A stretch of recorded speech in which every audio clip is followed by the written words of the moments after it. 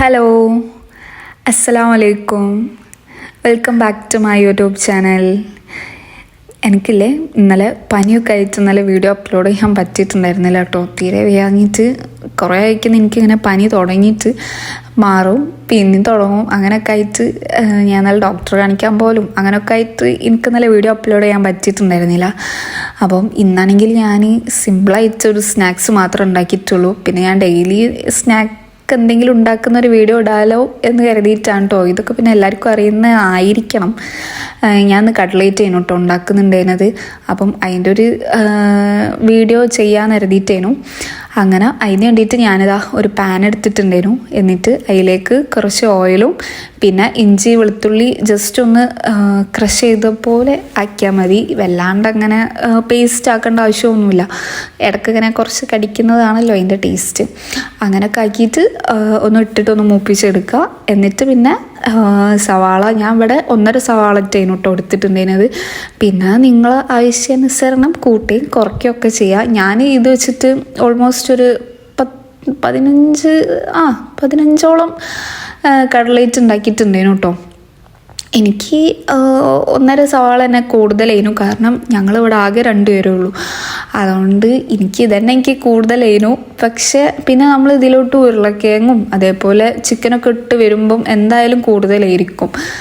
പിന്നെ കുറേ മെമ്പേഴ്സൊക്കെ ഉള്ള വീടാണെന്നുണ്ടെങ്കിൽ കുറച്ച് എക്സ്ട്രാ എടുത്താൽ മതി.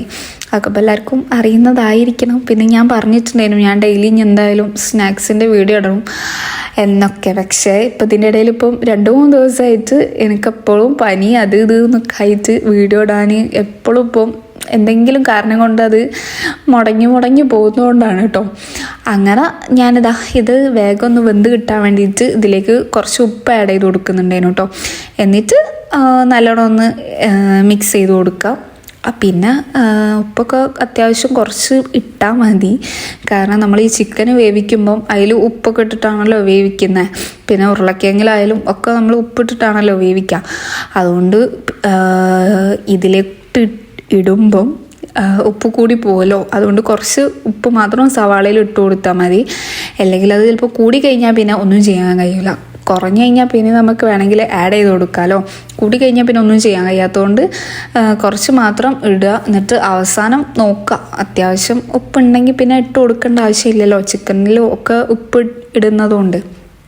അങ്ങനെ അതൊക്കെ കഴിഞ്ഞിട്ട് ഞാൻ പിന്നെ കുറച്ച് അതായത് ഒരു 3 പച്ചമുളകോളം ഞാൻ അതിലോട്ട് കട്ട് ചെയ്തിട്ട് കൊടുക്കുന്നുണ്ടായിരുന്നു കേട്ടോ. പിന്നെ എനിക്ക് അത്യാവശ്യം കുറച്ച് എരിവുള്ളതൊക്കെയാണ് ഇഷ്ടം. അതുകൊണ്ടാണ് ഞാൻ 3 പച്ചമുളക് അത്യാവശ്യം വലിയ പച്ചമുളകേനു അത് കട്ട് ചെയ്തിട്ട് കൊടുത്തിട്ടുണ്ടായിരുന്നത്. എന്നിട്ട് ഇതിലോട്ട് പൊടികൾ ഇട്ട് കൊടുക്കാം. ഞാൻ ഒരു 3/4 ടീസ്പൂൺ മഞ്ഞൾപ്പൊടി, അതേപോലെ 1/2 ടീസ്പൂൺ കുരുമുളക് പൊടി. പിന്നെ പൊടികളൊക്കെ നിങ്ങൾ എപ്പോഴും ഇട്ട് കൊടുക്കുമ്പം അത്യാവശ്യം സവാള ഒന്ന് നല്ലോണം വെന്തതിന് ശേഷം മാത്രം ഇട്ട് കൊടുക്കുക കേട്ടോ. പിന്നെ 1 ടീസ്പൂണോളം മല്ലിപ്പൊടി, പിന്നെ ഒരു 3/4 ടീസ്പൂണോളം ഗരം മസാല. ഇത്രയും മസാലകളാട്ടോ ഞാൻ ആഡ് ചെയ്ത് കൊടുത്തിട്ടുണ്ടായിരുന്നത്. എന്നിട്ട് പിന്നെ ഇതെല്ലാം കൂടെ ഒന്ന് നല്ലോണം ഒന്ന് ഇളക്കി മിക്സ് ചെയ്ത് കൊടുക്കുക. പിന്നെ എന്താ പറയുക, അത്യാവശ്യം ഈ നമ്മുടെ ഉള്ളിയൊക്കെ ഉണ്ടല്ലോ അത് നല്ലോണം ഒന്ന് ഒരു ട്രാൻസ്പെറൻറ്റ് ആ ഒരു ടൈമിൽ മാത്രം പൊടികളെ ആഡ് ചെയ്ത് കൊടുക്കുന്നതാണ് കേട്ടോ. എനിക്ക് അധികം നല്ല ടേസ്റ്റ് ആയിട്ട് ഫീൽ ചെയ്യൽ. ചിലരൊക്കെ അത്യാവശ്യം കുറച്ചൊന്ന് ട്രാൻസ്പെറൻറ്റ് ആകുമ്പോൾ തന്നെ പൊടികളൊക്കെ ആഡ് ചെയ്ത് അതായത് സ്റ്റവ് ഓഫാക്കി വെക്കുമല്ലോ. പക്ഷേ ഞാൻ അധികവും ഇത് നല്ലോണം വെന്തിട്ട് മാത്രമേ ഞാൻ പൊടികളൊക്കെ ആഡ് ചെയ്ത് കൊടുക്കലുള്ളൂ കേട്ടോ. എന്നിട്ട് പിന്നെ ഞാനിതാ ചിക്കനൊന്ന് ജസ്റ്റ് ഒന്ന് ഇങ്ങനെ ചിക്കിപ്പരത്തിയിട്ട് ഇതിലേക്ക് ഇട്ട് കൊടുക്കുന്നുണ്ട്. ഞാൻ ചിക്കന് എന്താ പറയുക വേവിക്കുമ്പം അതിലേക്ക് കുരുമുളക് പൊടി, അതേപോലെ മഞ്ഞൾപ്പൊടി, പിന്നെ ഉപ്പും കൂടിയും ആഡ് ചെയ്തിട്ടായിരുന്നു കേട്ടോ ചിക്കൻ വേവിച്ചിട്ടുണ്ടായിരുന്നത്. വല്ലാണ്ട് അങ്ങനെ വെന്ത് കുഴയേണ്ട ആവശ്യമൊന്നുമില്ല. ജസ്റ്റ് ഒന്ന് മിക്സിയിലോ അല്ലെങ്കിൽ ചോപ്പറിലോ ഇട്ടിട്ട് ഒന്ന് ജസ്റ്റ് ഒന്ന് അടിച്ചെടുത്താൽ മതി കേട്ടോ. എന്നിട്ട് നമ്മൾ നേരത്തെ ഉണ്ടാക്കി വെച്ച മീൻസ് ഇപ്പോഴും ഞാൻ സ്റ്റവ് ഓഫ് ആക്കിയിട്ടൊന്നുമില്ല കേട്ടോ. എന്താ പറയുക, നമ്മുടെ ഉള്ളി ഇതാക്കി വെച്ചിട്ടുണ്ടായിരുന്നല്ലോ അതിലോട്ട് ഇട്ടിട്ട് ജസ്റ്റ് ഒന്ന് എല്ലായിടത്തും ഈ മസാല ഒന്ന് എത്തുന്ന പോലെ നല്ലോണം ഒന്ന് മിക്സ് ചെയ്ത് കൊടുക്കുക. എന്നിട്ട് പിന്നെ ഞാൻ ഉരുളക്കിഴങ്ങ് അവിടെ വേവിച്ച് വെച്ചിട്ടുണ്ടായിരുന്നു. അതും കൂടി ഇതിലോട്ട് ആഡ് ചെയ്ത് കൊടുക്കുന്നുണ്ടോ. ഉരുളക്കിഴങ്ങിലും ഇതേപോലെ ഞാൻ കുറച്ച് ഉപ്പിട്ടിട്ടാണ് വേവിച്ചിട്ടുണ്ടായിരുന്നത്. ഉപ്പും അതേപോലെ മഞ്ഞൾപ്പൊടിയും കൂടിയും ആഡ് ചെയ്തിട്ടായിരുന്നു കേട്ടോ വേവിച്ചെടുത്തിട്ടുണ്ടായിരുന്നത്. എന്നിട്ട് പിന്നെ അത് നല്ലോണം ഒന്ന് ഉടച്ചെടുത്തിട്ട് നമ്മുടെ ഈ മിക്സിലോട്ടിട്ടിട്ട് എല്ലാ ഭാഗത്തും ഈ ഒരു മസാല എത്തുന്ന പോലെ നല്ലോണം ഒന്ന് ഉടച്ചു കൊടുക്കുക. കാരണം എങ്ങനെ ആയാലും നമ്മുടെ ഈ എന്താ പറയുക ഉരുളക്കിഴങ്ങ് ഉണ്ടല്ലോ അതിൽ കട്ടൊക്കെ ആയിട്ട് നിൽക്കുന്നുണ്ടോ. അപ്പോൾ ഇങ്ങനെ ജസ്റ്റ് ഒന്ന് ഉടച്ചിട്ട് കൊടുത്താൽ ആ കട്ടായതും ഒക്കെ ഒന്ന് ഉടഞ്ഞു കിട്ടുമല്ലോ.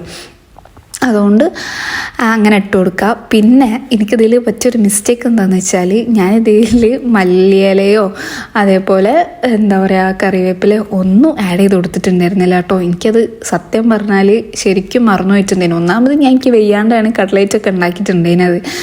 അപ്പം ആണെങ്കിൽ ഞാൻ അതൊക്കെ ഇടാൻ ശരിക്കും മറന്നു പോയിട്ടുണ്ടായിരുന്നു. കാരണം ഞാൻ ഈ ഫുഡ് ഉണ്ടാക്കിക്കൊണ്ട് നിൽക്കുന്നതിൻ്റെ ഇടയിൽ എനിക്കെന്തോ തല ഇറങ്ങുന്ന പോലെയൊക്കെ ആയിട്ട് ഞാൻ പോയി കിടക്കും, പിന്നെ വന്ന് ഉണ്ടാക്കും, അങ്ങനെയൊക്കെ ആയിരുന്നു. അതുകൊണ്ട് തന്നെ എനിക്കത് ശരിക്കും മറന്നു പോയിട്ടുണ്ടായിരുന്നു കേട്ടോ. അതുകൊണ്ട് നിങ്ങൾ ഉണ്ടാക്കുമ്പോൾ അതിൽ കറിവേപ്പിലയും അതേപോലെ എന്താ പറയുക മല്ലിയിലയും കൂടിയൊക്കെ ആഡ് ചെയ്തിട്ട് ഉണ്ടാക്കി കൊടുക്കുക.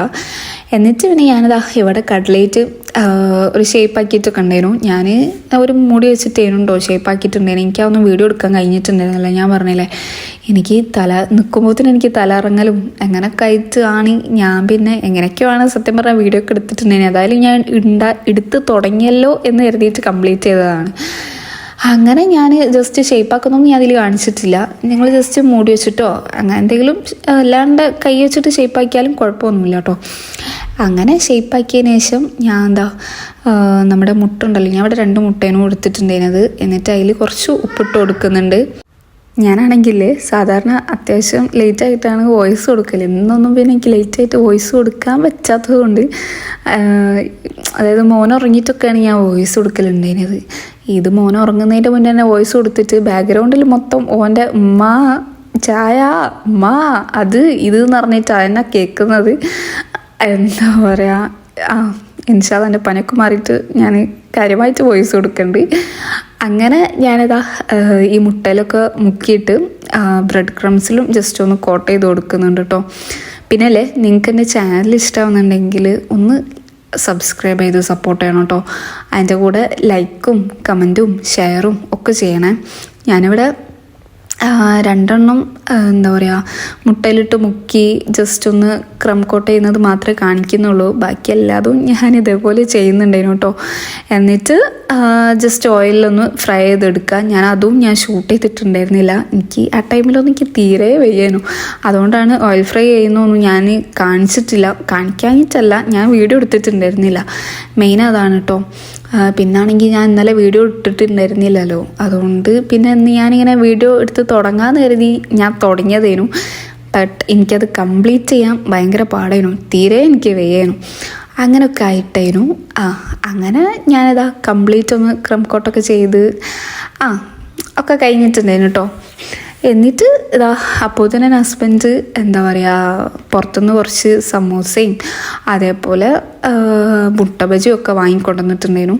പിന്നെ ഞാൻ ജസ്റ്റ് നാരങ്ങ അതേപോലെ പുതിനൊക്കെ ഇട്ടിട്ട് ജ്യൂസ് അടിച്ചിട്ടുണ്ടായിരുന്നു.